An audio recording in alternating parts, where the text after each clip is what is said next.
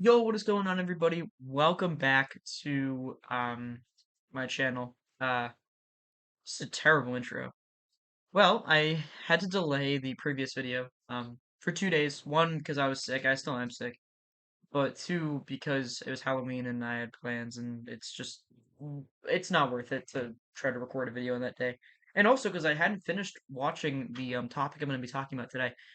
Because I went ahead and I watched the 1944 Captain America serial, which, if you don't know what a serial is, basically back in the 40s, and it continued for a while, and it still kind of exists today. Um, there existed this way of telling a movie in a certain amount of parts, right? And I'm not talking like part one, part two, like Harry Potter's and the Deathly Hallows or something like that. I'm talking like a 15-part story told weekly in the movie theater. Now, we obviously don't do this sort of thing anymore in modern day cinemas, nor should we, because it's not an amazing strategy in my opinion. Um, what this basically turned into is a super long 4 hour cut of a Captain America movie that played out like a television show, but it wasn't a television show. It's not good. To call it good would be kind of disingenuous. It was probably good for the time. It does not hold up, obviously, as I'm sure you could tell. It's 1944. It's not a good adaptation at all. It's not Steve Rogers. It's this guy named Grant Gardner. The story goes that Republic Pictures, I believe, is what made the serial. They got like 4 pages of comic book and didn't even get anything down. Like they didn't get any information. And Grant doesn't have the shield or anything. Like he literally is not. He uses a gun. None of it makes sense. But I think it was made for a quick cash grab rather than to make sense. Which is disgusting and annoying, but the way it goes. Um, it isn't bad either. Like I can't say it's good. I can't really say it's bad. It's very predictable. It is the 40s. That makes sense. That would be very predictable. Um, it always ends in this like cliffhanger, and then the way he gets out of the cliffhanger in the next episode doesn't make any sense. Um, I honestly couldn't tell you the full plot or most of the characters' names. Mostly because none of it really matter. Like it doesn't really matter. The main villain is this guy called the Scarab, and Dr. Maldor, I believe his name is. Throughout the serial, you know what his name is. Um, but like he has two henchmen, Gruber and someone else. I forget the name already, and he was probably more prominent. And then of course, Grant has his little assistant, Gail Richards, I believe. And she's sort of like the damsel in distress. But I will give Republic Pictures credit. Um, she doesn't really act like that too much. It happens in probably about 5 or 6 of the episodes, which is almost half. But considering it's the 40s, they probably could have done a lot more. She shows expertise in flying or whatever. Obviously, this does not pass the Bechdel test. The Bechdel test also wasn't invented before this came out. I don't know if I'll do that every time, but it would be kind of funny. Because I will review other Marvel projects, well, obviously. But I wanted to start at the very beginning. Also, I thought this would be kind of fun just to like look at an older version of Captain America. Obviously, we're getting a radically different movie in Captain America: Brave New World. I hate how my hair is doing this. We're getting a radically different movie in Captain America: Brave New World. And I just maybe wanted to look back on the times. We'll talk about other Captain America projects too. Um, obviously. Is this gonna have any relevance to the future? I think is what you're probably wondering. Like, why the hell are you watching a project from 80 years ago? The answer is complicated because I could say no. I could say no. This has no relevance. But then again, The Flash showed us that these studios are willing to literally just use anything. Um, and of course, the main actor who played Grant, I forget his name. He died like 3 weeks after filming this because he had a bad heart and the conditions were not great. And I'm thinking, why did he do his own stunts? Like, come on now. And there were stuntmen back at the time, so he didn't have to do it, but he definitely did if he had a poor heart or something. Again, there's a lot of controversy around this movie. I've been told that it's one of the better ones by critics. It has one critical review on Rotten Tomatoes, which is positive, but it's also it's hard to judge. This came out 80 years ago. It's very hard to judge.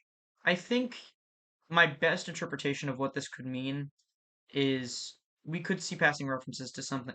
There's something that happens in this in a later project.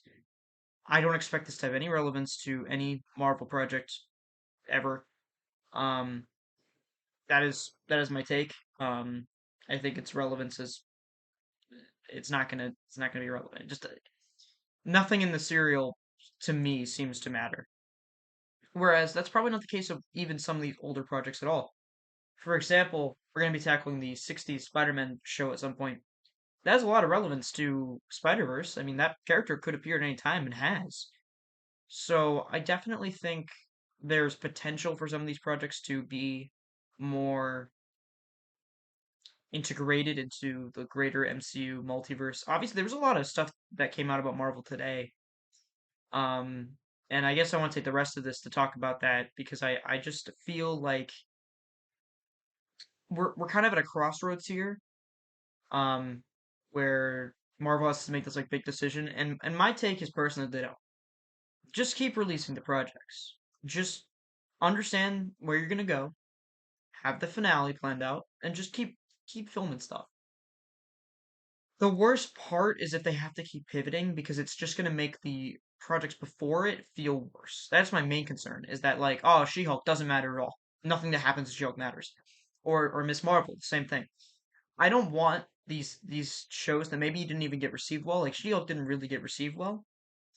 I still want it to be canon. I want it to still matter because on a rewatch, I will go back to them regardless of my feelings or the public's feelings on them, and I want them to matter. Or you could always just play it. Ah, it's in the multiverse, and then like show them off in Secret Wars. I'm fine with that too if that's absolutely the route you have to take. There's the sickness, but I think pivoting to Doom would be interesting. I want King to still have some relevance, and I think Loki season 2 will give him more relevance. I would say I'd review that, but honestly, I'm going in order anyway. I might as well just wait. I can always give my thoughts on Loki at a different time. I think this is actually probably a good way to do it, is kind of review an older project and then talk about the news currently with Marvel. But I've never been less optimistic about the future, but also at the same time, Marvel has picked it back up countless times, and I was pretty excited. I was excited up until today, really. And then I kind of got all down in the dumps. Because I don't want it to end. I don't think it needs to end. That's my take. Is I think they can figure out a way to keep reinventing it and making it better. And they've hit a snag, but I don't think it's going to really impact box office too much. We talk about the Marvels that will probably end up flopping, but I think past that, like Deadpool 3 is going to do great. Cap 4 is probably going to do great.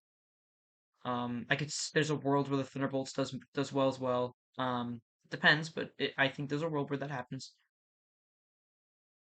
Um, and some of these shows are not going to be taken well. Like I don't think Echo will, but I think like Daredevil Born Again, that will be a show that people will want to see, and it'll be good. So I think Marvel just needs to keep going. Let's tell the story that you want to tell. Delays are inevitable. Delays are fine. As long as they delay a movie and then actually put projects in between it. I'm a little skeptical when I see like a 1 year gap. A lot of fans seem to really like that, even though it's kind of stupid because you're not watching stuff in the meantime. So it's kind of like you're not taking the time off to actually catch up. You're just, and then you're like, they're releasing them too fast. Like, dude, we just had an 8 month break, which I mean, there was a 4 month break between Secret Invasion and Loki season 2. So that's my point. Um, some of these projects have been released across time, and it just doesn't, to me, it doesn't make a whole lot of sense that people are still saying they're rushing them. They're like this. They are. I mean, the VFX teams have been spread out, but that should end like now because now the VFX teams have time. If we still hear about like problems with the VFX teams at this point, I mean, they did unionize. They should go on strike, is my opinion, and then that would end things really quick because Marvel Studios would not have any of it, and then just give them the demands, and it would lead to better work, as we're seeing with the writers and with the actors, which the actor strike should end soon. We'll probably get some DCU news. My next video might be a DCU type video. But I'm excited for my next entry in our little Marvel Watchathon as we progress probably really slowly towards Secret Wars, depending on when it comes out. Um, that being said, I guess I give the Cap serial like a 4, maybe a 5. It's not very good. I don't even want to give it that. It's a 4. It might even be a 3. It's just not very good. And that's a product of the times. I hope you guys enjoyed it. I hope you guys like the format where I kind of give you a review and then I kind of talk about what's happening in the current universe. I think that would be a fairer way of doing things. Um, but yeah, as always, love you all. Make sure to like, subscribe if you haven't already, and comment down below other things you want me to talk about. Probably not Marvel or DC or Star Wars. I've got those covered. But if you'd like me to go over a certain well, you could ask me to review DC projects. I don't have any on the slate right now. I was just waiting for the DCU to kick off. Um, Also maybe like stuff like Star Trek. I'm down. I guess Harry Potter, Lord of the Rings, stuff like that. I haven't watched most of those. I watched Harry Potter. I haven't watched the rest. So it's plenty. There's plenty to go over. I guess that's it. Peace.